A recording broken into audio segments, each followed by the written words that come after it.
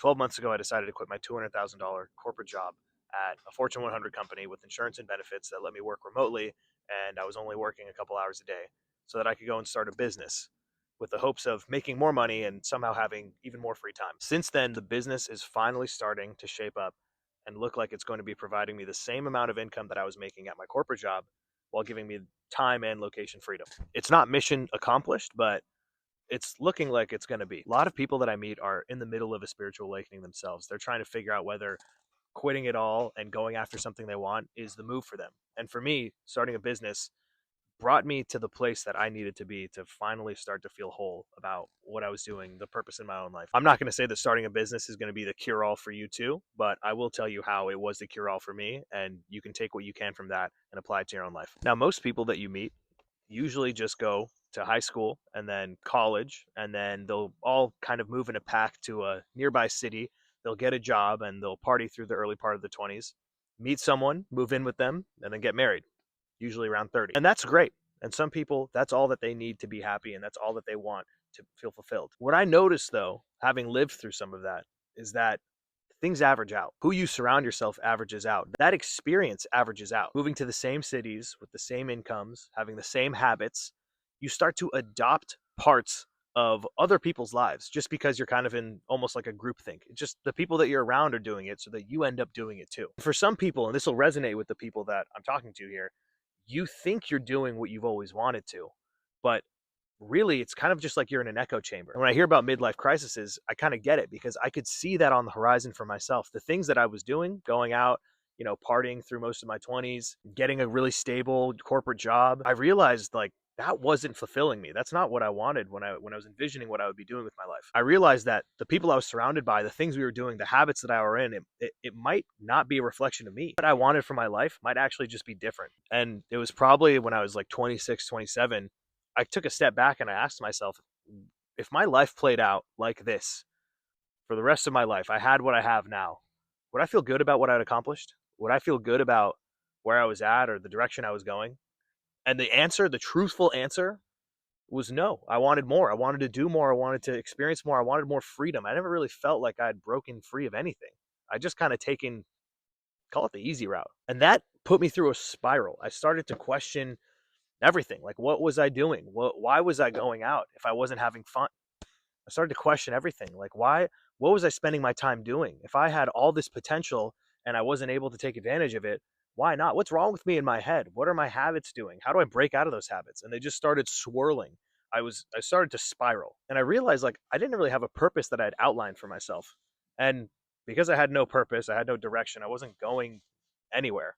I had some life that I knew wasn't this, but I didn't know what direction to take it. And I never want to be one of those people that, needs some ultimatum to finally shit or get off the pot.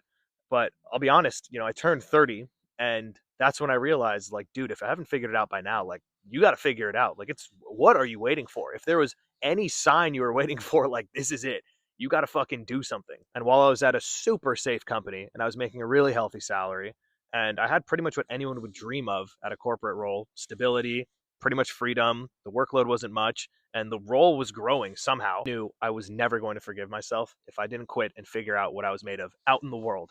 I'd always wanted to be self-sufficient. I always wanted to prove to myself that if I needed to, I could go out there and I could eat what I kill. I can hunt and get money and provide. So I quit and I pretended like I had a plan, but I'm telling you now, about a year out, I had no fucking idea what I was doing. I just said, I've got some skills. I'm sure I'll be able to market it. Now, let me tell you at this point, if this is resonating with you and this is something that you are romanticizing in your head, I'll tell you one thing, and it's something that I kept in the back of my head while I was doing this, is that nobody's going to get it if they don't have the vision or that urge that you and I have. My friends were supportive, but they were kind of like, that sounds interesting. Yeah, sure. Why not give it a shot? Some of them were saying, well, why don't you try doing both? My parents hated the idea. They thought I was throwing everything away, which makes sense. For me, I knew that I needed to go and commit fully to it. I told myself, first of all, if I committed fully to it, I'll probably get there faster. And second of all, I'm basically just cosplaying being an entrepreneur, that I was someone who was comfortable taking risks, that could put himself out there, that could just figure it out if he needed to. And the longer I stayed at my job, the less I became that person. So I just had to quit to prove it to myself. And I don't know how many people actually got it. I would venture to say like pretty much nobody did, but that doesn't matter. And it shouldn't matter for you either.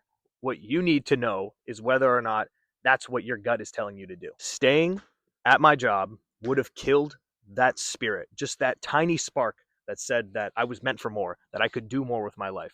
So I had to leave. I had no choice because I didn't want that part of me to die. Or realistically, what would have happened is I probably would have woken up at like 45 and I would have been like lonely or hated my life or something. And I would have started doing some really crazy shit to try to make up for it. And I didn't want to do that because nobody deserves that. And I'll be honest, like my first few months, I didn't really do much. Honestly, I had a couple gigs that were paying me a little bit, but I was kind of just bullshitting. But deep down, it felt like I'd finally taken the plunge.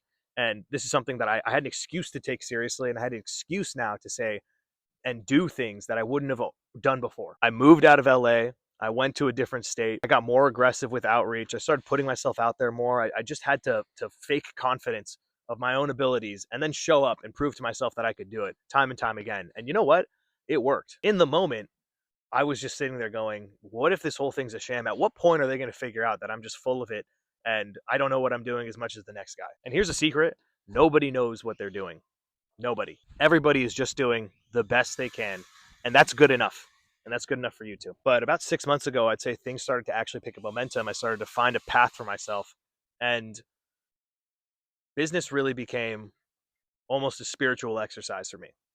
It was the vehicle of me leveling up. And some people get that from different things, right? It could be through physical challenges. A lot of people get that from doing crazy endurance challenges like Ironman. Some people get it through writing or through singing.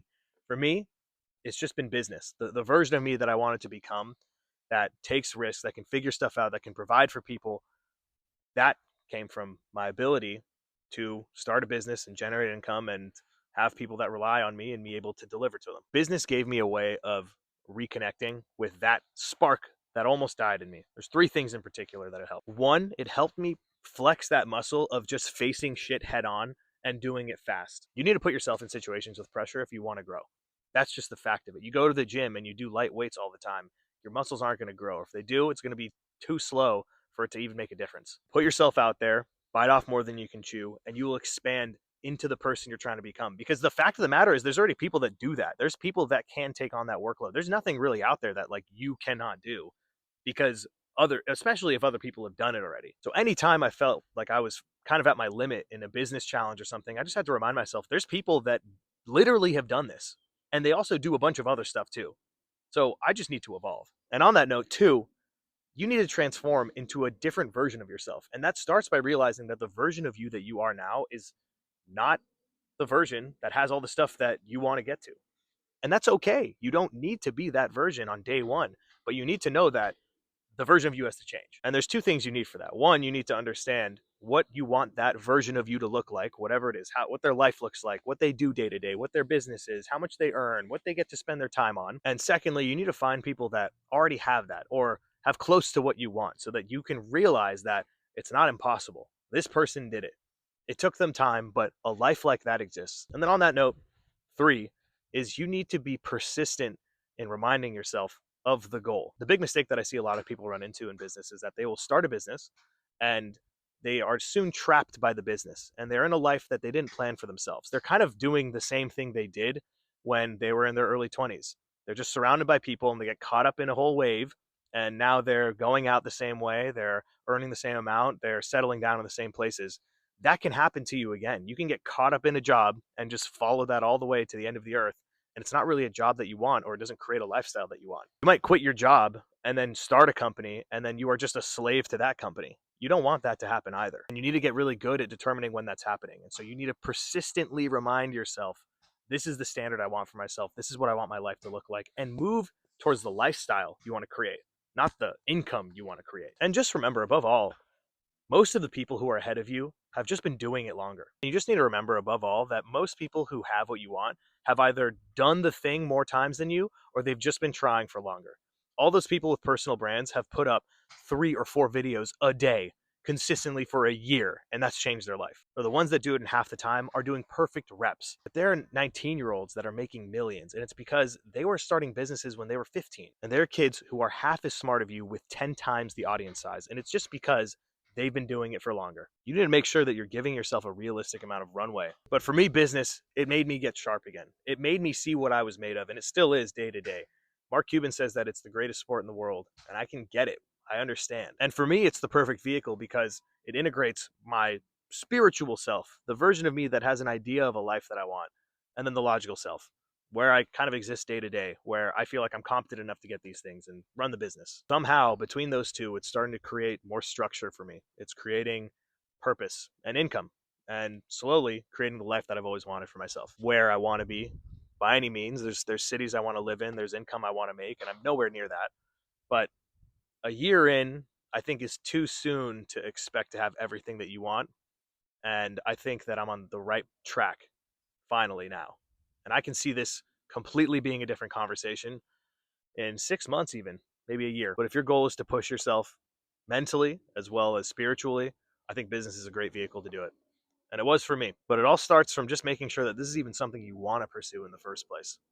If this entire thing resonated with you at all, then you'll know. And I'll be honest, this video isn't for everyone. This is going to resonate with a couple people, but if that need for freedom or building a life for you where it's different than maybe the one that you and your friends have back at home, if that resonates with you, then just know you should follow it. I can't wait to make this video 6 months from now and show you what's happened since then. But otherwise, if this is relevant, you think this is cool, you just want to see what happens next, follow along.